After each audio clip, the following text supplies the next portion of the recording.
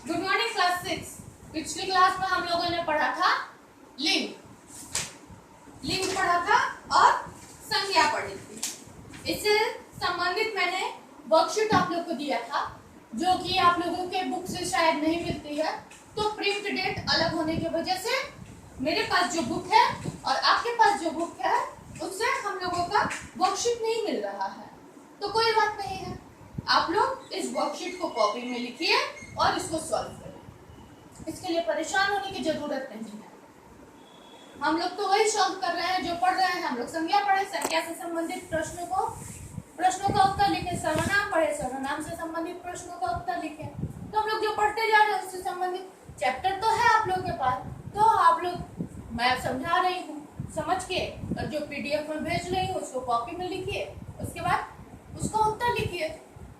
खैर, यहाँ मैंने लिखा है और है।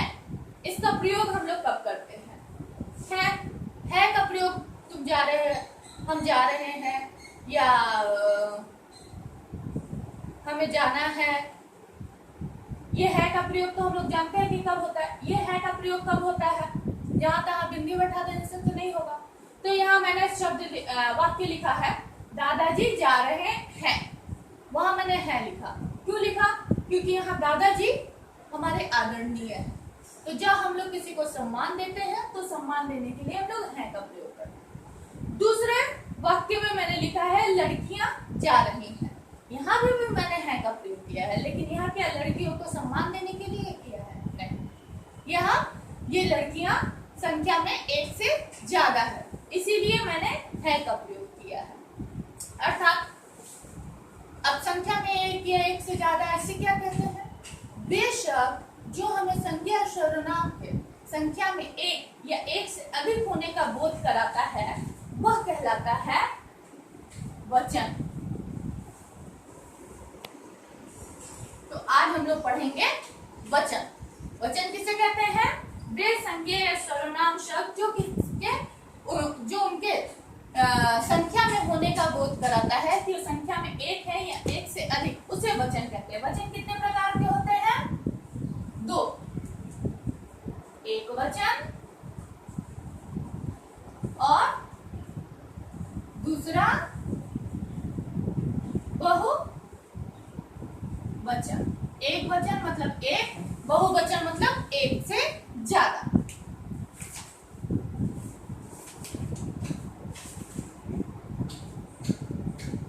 शब्द के जिस रूप से प्राणी के संख्या में एक, प्राणी या वस्तु के संख्या में एक होने का पता चले तो वह एक वचन कहते हैं। जैसे कि अगर मैं यहाँ लड़कियां ना लिख के लड़की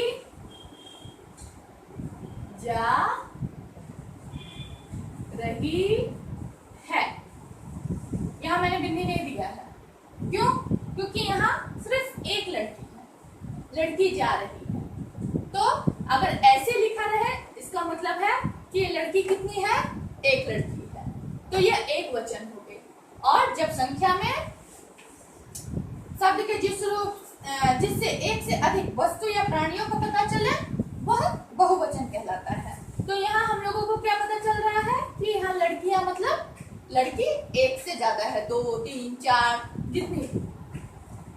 तो यहाँ वो संख्या में एक से ज्यादा है, तो यह बहुवचन हो गए। और बहुवचन में हम लोग है का प्रयोग करते हैं। ठीक है, तो आज हम लोगों ने सीखा वचन किसे कहते हैं, वचन कितने प्रकार के होते हैं, एक वचन किसे कहते हैं, बहुवचन किसे कहते हैं। अच्छा,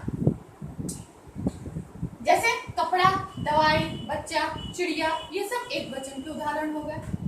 कपड़े, दवाइयाँ, बच्चे, चिड़िया, ये बहुवचन के उदाहरण हो गए। कुछ शब्द हमेशा एक वचन में प्रयोग किए जाते हैं, जैसे आकाश। आकाश का बहुवचन नहीं होता है। वर्षा, पानी, जनता, चाय, ये सब एक वचन होता है।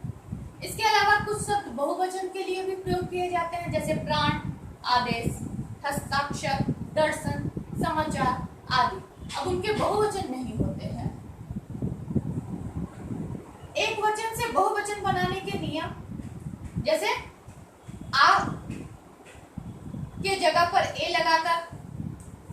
जैसे आपकी जगह पर ये लगाकर कैसे होगा, लड़का, ये आ हुआ,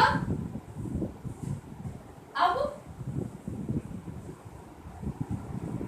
लड़की, ये एक वचन, ये बहुवचन, यहाँ आ के जगह पर ए का प्रयोग हो गया। घोड़ा, घोड़े, दरवाजा, दरवाजे। इसके अलावा अन्य पुल्लिंग शब्दों के बहुवचन रूप एक जैसे होते हैं, जैसे मजदूर, मजदूर, पुत्र, बहुवचन में भी पुत्र, अध्यापक, बहुवचन में अध्यापक, माली, माली, कवि, कवि, पेड़, पेड़। इसके अलावा स्त्रीलिंग शब्दों में ई के स्थान पर इया हो जाता है, जैसे यहाँ लड़की हुआ और मैंने लिखा था लड़कियां, तो ये इया हो गया। बड़ी क्या हुआ, छोटी में बदल गया। तो जब हम लोग बहुवचन में, एक वचन में बड़ी रहती है तो उसको अगर बहुवचन में बदलते हैं तो बड़ी जो होती है वो छोटी में बदल जाती है। चाबी, चाबी, चाबियां, तितली, तितलियां, तितली ल में बड़ी, और लेकिन हम लोग जब बहुवचन में बनाएंगे उसको तो तितलियां कर देंगे। इसके अलावा माता, माताएं, चिड़िया, चिड़िया, ऋतु, ऋतुएं। इसके अलावा वचन से महत्वपूर्ण से संबंधित कुछ महत्वपूर्ण बातें हैं, जैसे आदर या सम्मान प्रकट करने के लिए एक वचन के स्थान पर बहुवचन का प्रयोग किया जाता है। जैसे माँ बाजार गई है, माँ बाजार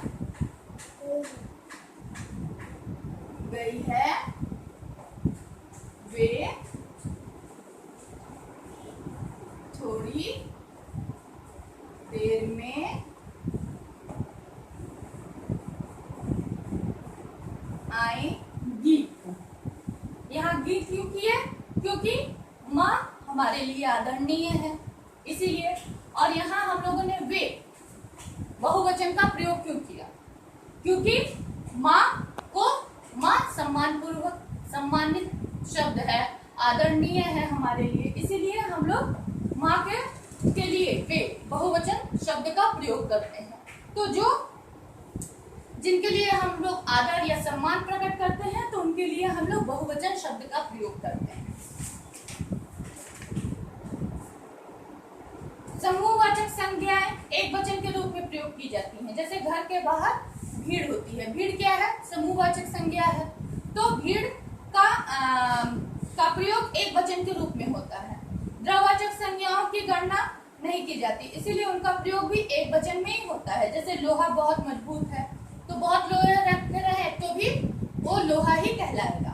सोना बहुत महंगा है, सोना भी बहुवचन के रूप में ही, बहुवचन है लेकिन एक वचन के रूप में ही प्रयोग किया जाता है। अच्छा, अब मैं एक अनुच्छेद पढ़ के आप लोग को सुनाती हूँ, आप लोग कुछ सुनिए। किसी गांव एक किसान रहता था, लोभ कारण वह दुखी रहता था।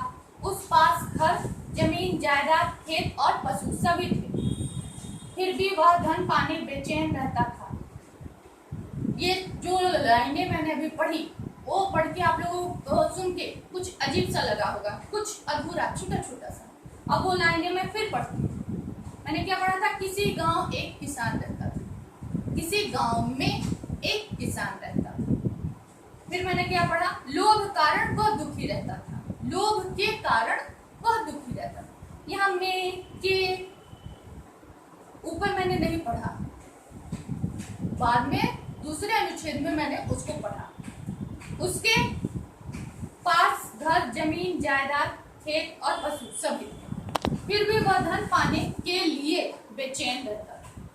तो उसके पास, के लिए, में, के, ये सारे शब्दों का प्रयोग करके हम लोग एक अनुच्छेद बनाते हैं या हम लोग एक वाक्य बनाते हैं।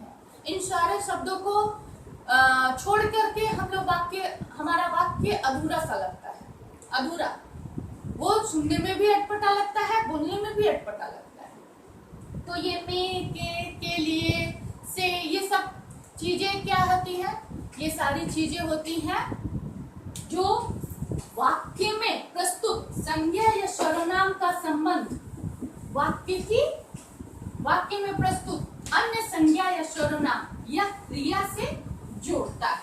तो ये जोड़ने वाले शब्दों को क्या कहते हैं? में, पे, के लिए, से, पर, ये तो नहीं कहते हैं, इन्हें कहते हैं कारक।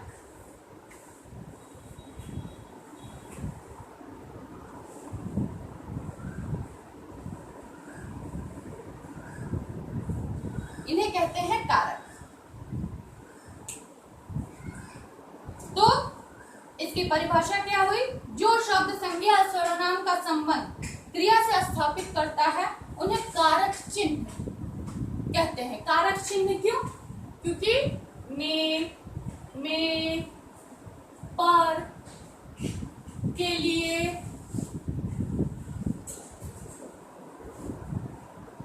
ये इसी तरह प्रयोग, इसीलिए इन्हें चिन्ह कहा गया है, कारक चिन्ह।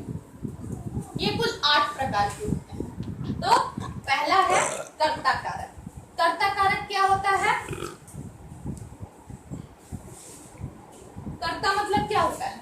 जो काम को करता है, उसका चिन्ह होता है ने, या कभी कभी कोई चिन्ह नहीं रहता है। तो कर्ता कारक हम लोग कैसे पहचानेंगे? कर्ता कारक का अर्थ होता है कार्य को करने वाला। संज्ञा या सर्वनाम के शब्द के जिस रूप से क्रिया के करने वाले का बोध होता है उसे कर्ता कारक कहते हैं। अर्थात वे शब्द जिससे क्रिया जो हो रही है उसका फल सिर्फ कर्ता पर पड़ता है तो वह कर्ता कारक कहलाता है। जैसे सुनील फल खाता है, सुनील फल खा रहा है, सुनील की क्रिया क्या हो रही है? खाने की, लेकिन उसका परिणाम किसके ऊपर पड़ रहा है? सुनील फल खा रहा है तो सुनील को ही तो स्वाद मिल रहा है, या सुनील का ही पेट भर रहा है, या सुनील की सेहत अच्छी होगी। तो यहाँ क्रिया का फल किस पे पड़ रहा है? कर्ता पे पड़ रहा है। तो इसको प्रश्न, ऐसे भी हम लोग कर्ता कारक को पहचानने के लिए हम लोग प्रश्न करेंगे। जैसे सुनील फल खाता है, अब हम लोग कौन से प्रश्न करेंगे? कौन फल खाता है? सुनील फल खाता है। यहाँ देखिए ने नहीं लिखा हुआ है, ने नहीं लिखा हुआ है, लेकिन फिर भी ये कर्ता कारक है। क्यों? क्योंकि कौन से प्रश्न करने पर हम लोगों को जवाब मिल जाता है। कौन फल खा रहा है? सुनील फल खा रहा है। फल खाने का परिणाम किसको मिल रहा है? सुनील को मिल रहा है।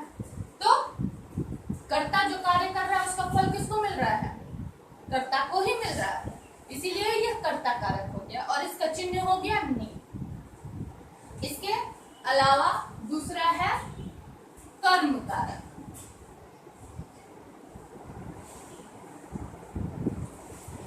कर्म कारक क्या होता है? कर्म कारक वो होता है जब क्रिया का फल कर्ता पर न पड़ के कर्म पर पड़ता है तो उसे कर्म कारक कहते हैं। जैसे रोहन पुस्तक को पढ़ रहा है, मैंने बोला कर्ता कारक, कर्म कारक का चिन्ह है को। रोहन किसको पढ़ रहा है? पुस्तक को पढ़ रहा है। रोहन जो पढ़ रहा है उसका परिणाम क्या हो रहा है? उसकी पुस्तक खत्म हो रही है। और इसका उत्तर भी हम लोगों को मिल रहा है, रोहन क्या पढ़ रहा है? रोहन पुस्तक पढ़ रहा है। तो अगर हम लोग क्या से प्रश्न करते हैं और हम लोगों को उत्तर मिलता है तो वह कर्म कारक कहलाता है, जिसका चिन्ह होता है को। इसके अलावा है करण।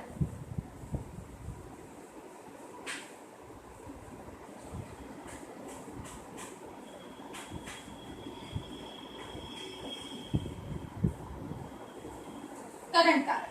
करण कारक क्या होता है? करण कारक होता है वह कारक शब्द जिसका कर्ता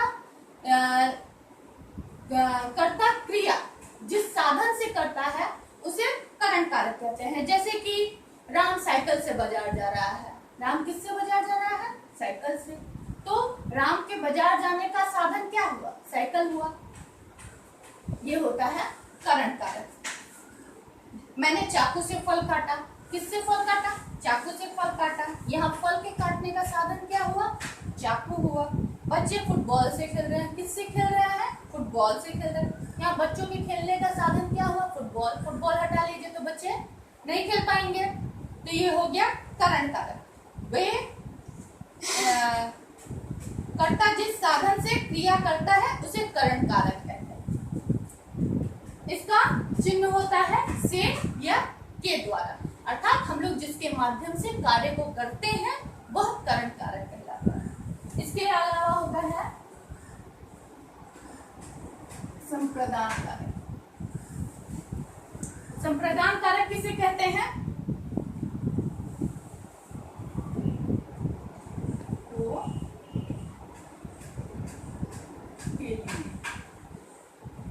संप्रदान कारक किसे कहते हैं? जिसके लिए क्रिया की जाती है, उसे व्यक्त करने के लिए जिन चिन्हों का प्रयोग किया जाता है वह संप्रदान कारक कहलाता है। जैसे मैंने यह कलम अपने मित्र के लिए खरीदी, तो मैंने तो यह कलम खरीदी, ये मेरी क्रिया हो गई। लेकिन ये क्या मैंने अपने लिए खरीदी? नहीं, अपने मित्र के लिए खरीदी, तो ये दूसरों के लिए खरीदी गई है। तो जिसका चिन्ह हुआ के लिए, ये होता है संप्रदान कारक, अर्थात कर्ता कार्य को करता है लेकिन उसका फल किसी और को मिलता है, वह संप्रदान कारक कहलाता है। जैसे क्लर्क ने कर्मचारियों को वेतन दिया, क्लर्क ने किसको वेतन दिया? कर्मचारियों को दिया। सेना देश की रक्षा के लिए लड़ती है, सेना किसके लिए लड़ती है? देश की रक्षा के लिए लड़ती है। तो जिसके लिए क्रिया की जाती है उसे व्यक्त करने के लिए करने वाले शब्द को संप्रदान कारक कहते हैं। इसके अलावा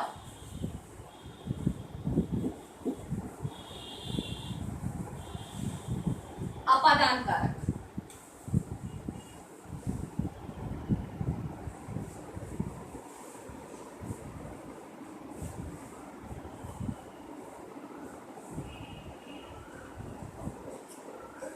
अपादान कारक क्या होता है?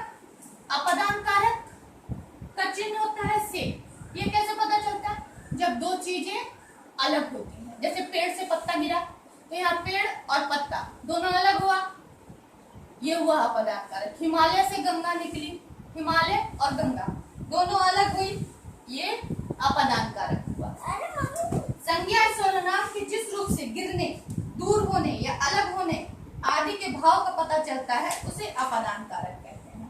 अपादान कारक के चिन्ह कहाँ से, किससे, इससे प्रश्न करने से अगर जो उत्तर मिलता है तो उसे अपादान कारक कहते हैं। जैसे पेड़ से पत्ते गिरे, किससे पत्ते गिरे?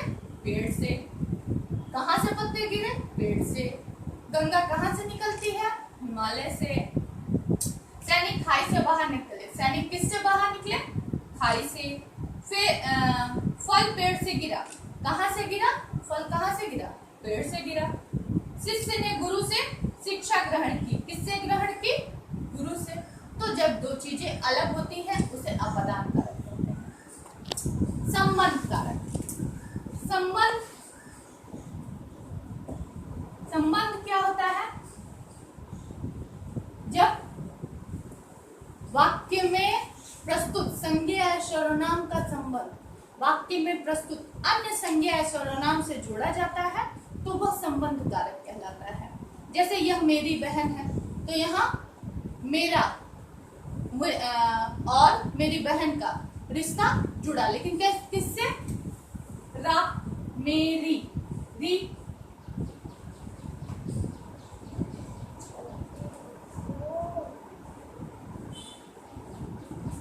तो रा, री, री, का, के, की, ये सारे जो चिन्ह होते हैं वह संबंध कारक के चिन्ह होते हैं। जैसे पूर्वा का भाई, पूर्वा की बहन, पूर्वा के पिता, तो यहाँ पूर्वा भाई बहन पिता का संबंध पूर्वा से जुड़ रहा है। कैसे? का, की, के से।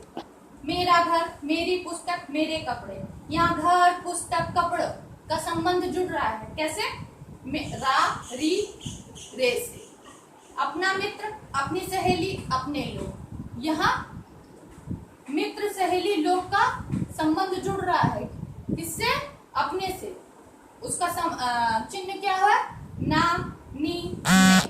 तो जब संज्ञा में सर्वनाम या संज्ञा के जिस रूप से उसका वाक्य में अन्य संज्ञा या सर्वनाम से संबंध स्थापित होता है तो उसे हम लोग संबंध कारक कहते हैं। अधिकरण कारक, अधिकरण कारक किसे कहते हैं? अधिकरण कारक का चिन्ह होता है में पर। अधिकरण कारक उसे कहते हैं जहां हम लोगों को पता चले कि क्रिया कहाँ हो रही है। जैसे छत पर बिल्ली बैठी है, छत पर बिल्ली क्या की है, क्या क्रिया कर रही है? बैठने का। लेकिन वो कहाँ कर रही है? छत पर। तो यहाँ बिल्ली और छत का संबंध स्थापित हो रहा है, कैसे? पर से। क्रिया के आधार को अधिकरण कहते हैं, अर्थात क्रिया जहां हो रही है तो उसे अधिकरण कारक कहते हैं। जैसे माता जी आंगन में बैठी है, माता जी कहाँ बैठी है? आंगन में। लेकिन कैसे पता चल रहा है? में से। मुंह में कलम मत डालो, मुंह में कलम, क्रिया क्या हो रही है? कलम को मुंह में डालने की। तो ये कैसे पता चल रहा है? में से। चिड़िया डाल पर बैठी है, चिड़िया क्या कर रही है? बैठी है। लेकिन कहाँ बैठी है? डाल पर। तो डाल और चिड़िया का संबंध कैसे स्थापित हो रहा है? पर से। मेरा भाई घर में है, तो भाई घर में, भाई घर पर है, तो ये कैसे पता चल रहा है? में से पता चल रहा है। तो अधिकरण कारक की पहचान कहाँ से प्रश्न करने पर की जा सकती है, अर्थात क्रिया कहाँ हो रही है, ये पता चल जाएगा। इसका उत्तर अगर मिल जाएगा तो वो अधिकरण कारक होता है। संबोधन कारक लास्ट।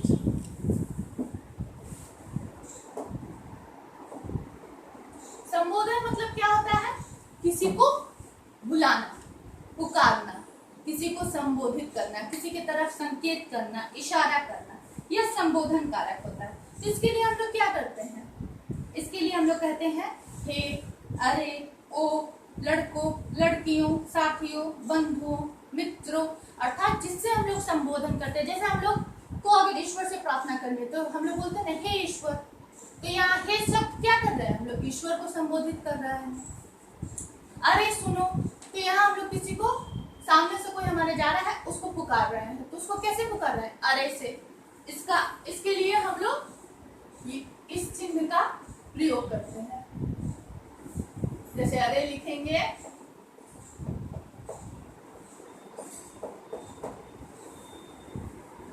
ठीक है, या फिर वमा लगाते हैं। हे ईश्वर, अरे कहाँ जा रहे हो? तो अरे, हे, सुनो, ये सारे संबोधन कारक के चिन्ह होते हैं। कर्म कारक और संप्रदान कारक में अंतर होता है। कर्म कारक की विभक्ति चिन्ह में को का प्रयोग किया जाता है और क्रिया के फल को दर्शाने के लिए होता है। और संप्रदान कारक के विभक्ति चिन्ह को का प्रयोग किया जाता है, लेकिन इसमें इसका प्रयोग किसी को कुछ देने के लिए किया जाता है। जैसे मोहित ने सौरभ को कलम दी, यहाँ भी को का प्रयोग हुआ, लेकिन यहाँ क्या हुआ? मोहित सौरभ को कलम दे रहा है। पिताजी ने रवि को 10 रुपए दिए, यहाँ क्या हो रहा है? पिताजी 10 रुपए दे रहे हैं, लेकिन किसको दे रहे हैं? रवि को दे रहे हैं। तो यहाँ पिताजी काम को कर रहे हैं, क्या काम कर रहे हैं? रुपए देने का, लेकिन इसका फल किसको मिल रहा है? रवि को मिल रहा है। तो ये कर्म कारक हो गया। और जब हम लोग किसी के लिए कोई काम करते हैं, वहां को का प्रयोग करते हैं, तो वह संप्रदान कारक हो जाता है। करण कारक और अपदान कारक में क्या होता है? करण कारक और दोनों की विभक्ति चिन्ह से है, लेकिन करण कारक में क्या होता है? हम लोग क्रिया किसी के साधन के माध्यम, किसी साधन के जरिए करते हैं। और अपदान कारक में क्या होता है? हम लोग क्रिया कहाँ कर रहे हैं वह पता चलता है। तो ये दोनों में ये अंतर है। जैसे इशिता काव्य से अधिक होशियार है। रोहन खिलौनों से खेल रहा है, यहाँ क्या हो रहा है?